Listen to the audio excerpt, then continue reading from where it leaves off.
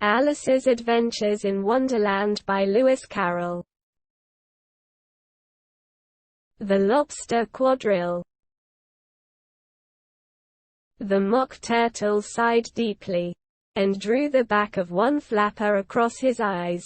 He looked at Alice, and tried to speak, but for a minute or two sobs choked his voice.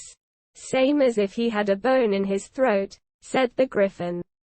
And it set to work shaking him and punching him in the back. At last the Mock Turtle recovered his voice, and, with tears running down his cheeks, he went on again. "You may not have lived much under the sea." "I haven't," said Alice. "And perhaps you were never even introduced to a lobster."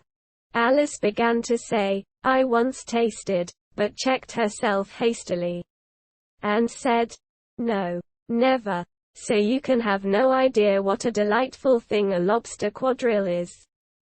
Quote. "No. Indeed," said Alice. "What sort of a dance is it?" "Why," said the Griffin, "you first form into a line along the seashore." "Two lines," cried the Mock Turtle. "Seals, turtles, salmon, and so on. Then, when you've cleared all the jellyfish out of the way." "That generally takes some time," interrupted the Griffin. "You advance twice,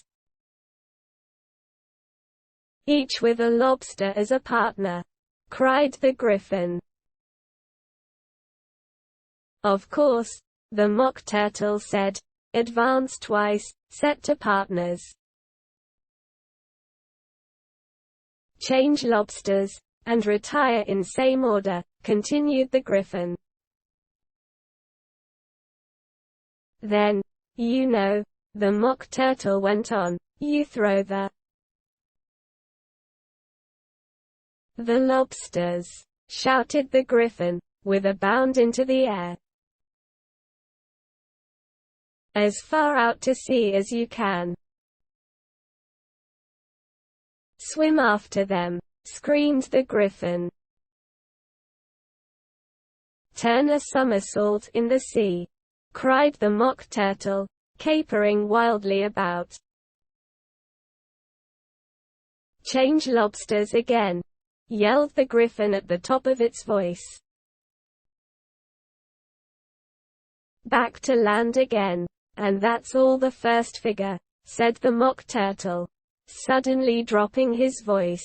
And the two creatures, who had been jumping about like mad things all this time, sat down again very sadly and quietly, and looked at Alice. "It must be a very pretty dance," said Alice timidly. "Would you like to see a little of it?" said the Mock Turtle. "Very much indeed," said Alice. "Come, let's try the first figure," said the Mock Turtle to the Griffin. "We can do without lobsters, you know. Which shall sing?" Quote. "Oh, you sing," said the Griffin. "I've forgotten the words." So they began solemnly dancing round and round Alice, every now and then treading on her toes when they passed too close, and waving their forepaws to mark the time, while the Mock Turtle sang this, very slowly and sadly. "Will you walk a little faster?" said a whiting to a snail. "There's a porpoise close behind us, and he's treading on my tail. See how eagerly the lobsters and the turtles all advance. They are waiting on the shingle. Will you come and join the dance? Will you? Won't you? Will you? Won't you? Will you join the dance? Will you? Won't you? Will you? Won't you? Won't you join the dance? You can really have no notion how delightful it will be when they take us up and throw us with the lobsters out to sea. But the snail replied, too far, and gave a look askance. Said he thanked the whiting kindly, but he would not join the dance. Would not, could not, would not, could not, would not join the dance. Would not, could not, would not, could not join the dance. What matters it how far we go? His scaly friend replied, there is another shore, you know, upon the other side.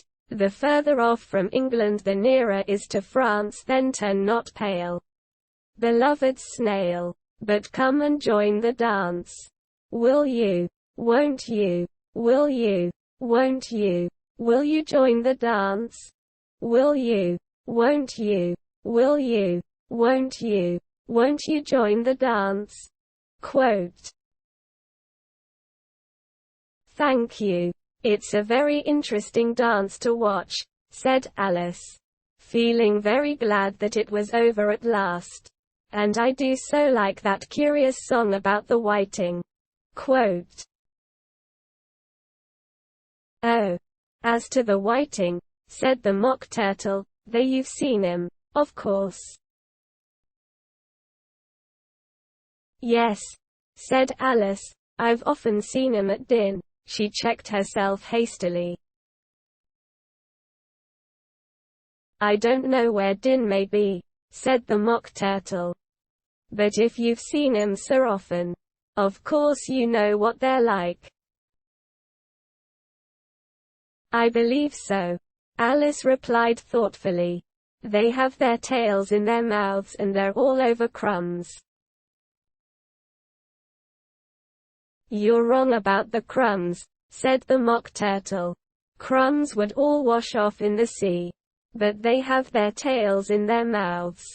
And the reason is, here the Mock Turtle yawned and shut his eyes.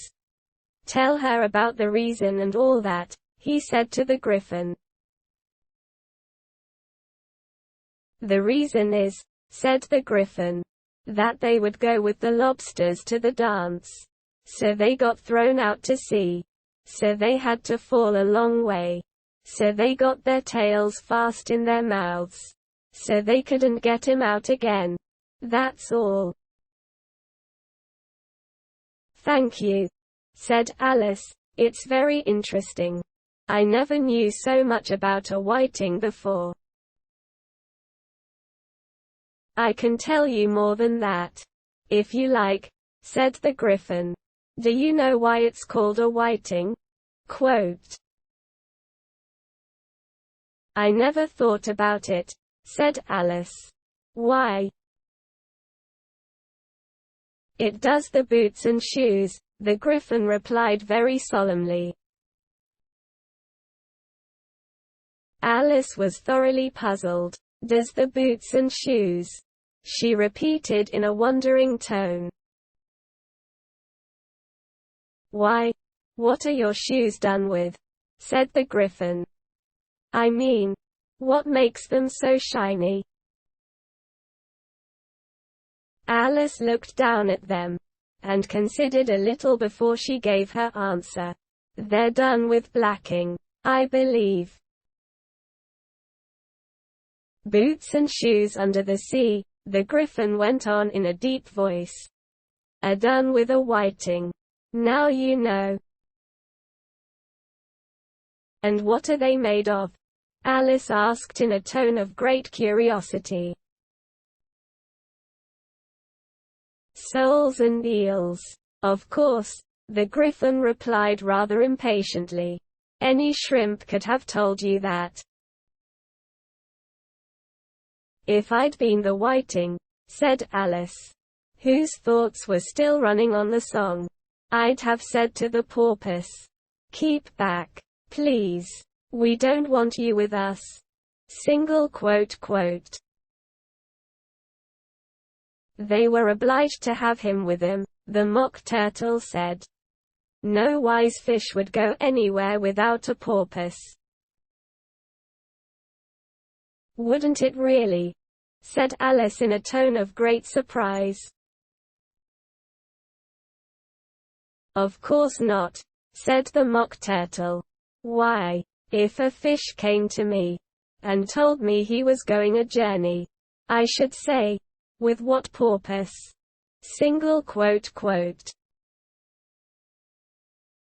Don't you mean purpose? Said Alice. I mean what I say, the Mock Turtle replied in an offended tone. And the Gryphon added, Come, let's hear some of your adventures.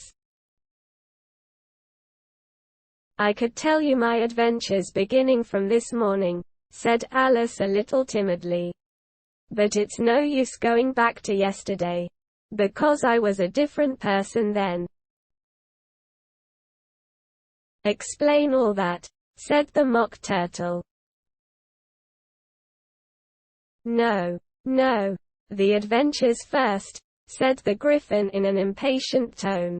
Explanations take such a dreadful time.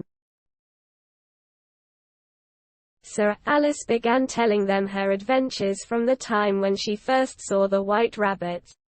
She was a little nervous about it just at first. The two creatures got so close to her, one on each side, and opened their eyes and mouths so very wide. But she gained courage as she went on. Her listeners were perfectly quiet till she got to the part about her repeating, "You're old, Father William," to the caterpillar, and the words all coming different. And then the Mock Turtle drew a long breath, and said, "That's very curious." "It's all about as curious as it can be," said the Gryphon. "It all came different," the Mock Turtle repeated thoughtfully. "I should like to hear her try and repeat something now. Tell her to begin." He looked at the Gryphon as if he thought it had some kind of authority over Alice. "Stand up and repeat, 'Tis the voice of the sluggard," said the Gryphon. How the creatures order one about, and make one repeat lessons, thought Alice. I might as well be at school at once. However, she got up, and began to repeat it. But her head was so full of the Lobster Quadrille, that she hardly knew what she was saying. And the words came very queer indeed. "'Tis the voice of the lobster. I heard him declare, you have baked me too brown. I must sugar my hair, as a duck with its eyelids. So he with his nose trims his belt and his buttons, and turns out his toes." Later editions continued as follows: "When the sands are all dry, he is gay as a lark, and will talk in contemptuous tones of the shark. But when the tide rises and sharks are around, his voice has a timid and tremulous sound." "That's different from what I used to say when I was a child," said the Gryphon. "Well, I never heard it before," said the Mock Turtle, "but it sounds uncommon nonsense." Alice said nothing. She had sat down with her face in her hands, wondering if anything would ever happen in a natural way again. "I should like to have it explained," said the Mock Turtle. "She can't explain it," said the Gryphon hastily. "Go on with the next verse."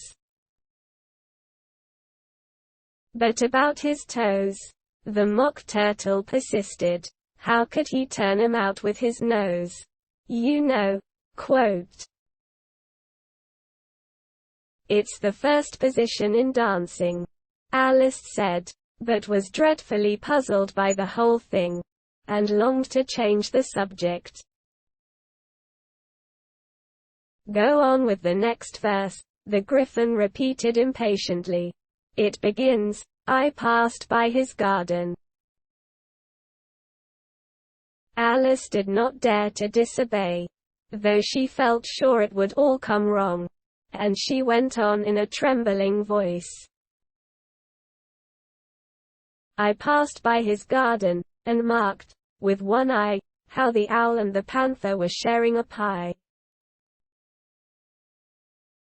Later editions continued as follows: the panther took pie crust, and gravy, and meat, while the owl had the dish as its share of the treat. When the pie was all finished, the owl, as a boon, was kindly permitted to pocket the spoon, while the panther received knife and fork with a growl, and concluded the banquet. What is the use of repeating all that stuff? The Mock Turtle interrupted. If you don't explain it as you go on, it's by far the most confusing thing I ever heard. Quote. Yes. I think you'd better leave off, said the Griffin, and Alice was only too glad to do so. Shall we try another figure of the Lobster quadrille? The Griffin went on. Or would you like the Mock Turtle to sing you a song? Quote. Oh, a song, please. If the Mock Turtle would be so kind, Alice replied, so eagerly that the Griffin said, in a rather offended tone, no accounting for tastes. Sing her turtle soup, will you, old fellow? Quote. The Mock Turtle sighed deeply, and began, in a voice sometimes choked with sobs, to sing this. Beautiful soup, so rich and green, waiting in a hot tureen.